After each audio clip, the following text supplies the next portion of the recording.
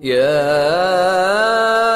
أيها الذين آمنوا لا تخونوا الله والرسول وتخونوا أماناتكم وأنتم تعلمون۔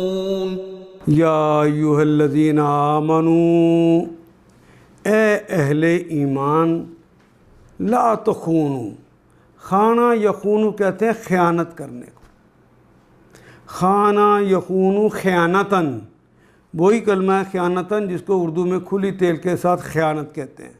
خانہ اس نے خیانت کی، یخونو وہ خیانت کرتا ہے یا کرے گا، تو خونو تم خیانت کرتے ہو یا کرو گے۔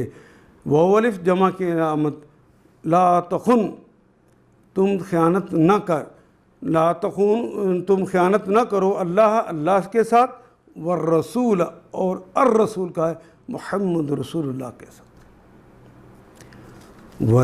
وَتَخُونُوا وہ اور تخونو تم خیانت کرتے ہو اماناتکم اپنی امانتوں میں، وَأَنْتُمْ تَعْلَمُونَ وہ اور انتم اور تم ہو تعلمون تم جانتے ہو۔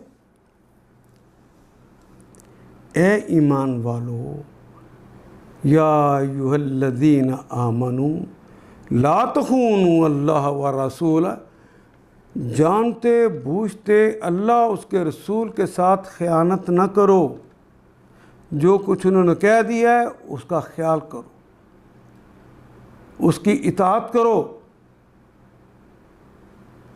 وَتَخُونُوا أَمَانَاتِكُمْ وَأَنْتُمْ تَعْلَمُونَ اپنی امانتوں میں غداری کے مرتکب نہ ہو۔